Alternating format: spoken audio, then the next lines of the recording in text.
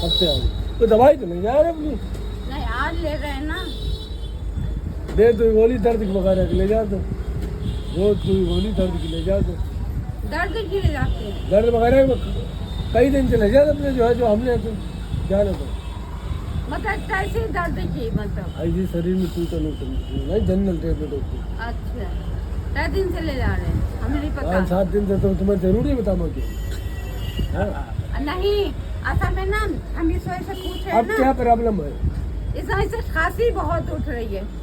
ऐसे दवा ले रहे हैं, दवा ले रहे हैं। हम तुम्हें तो घबरा के थे, हाँ उन्हें दियो नहीं सुनो, दवा ले रहे हैं। दवा शायद तुमसे लिए क्या? दवा लाए हैं जो। वो सब जहाँ की तरह रखी रहेंगी। हाँ हम तुम्हें तो घबरा के थे हाँ ये कभी चला सवेरे हाँ उसका जो है अगर फायदा करे तो वही पन्नी लेके भेजी। अच्छा अच्छा। और तो सिरप वो दे दो तो नहीं जैसे सिरप ले लाइए, हाँ? सिरप हाँ ले लेंगे। सिरप पे लेगा कि नहीं? नहीं ले रहे। तब तुम्हें तो घबरा के एक सिरप दे रहा है, अगर फायदा करे हाँ समझे हाँ तो उनसे यही पन्नी लेके चलिए। अच्छा छोड़ दो।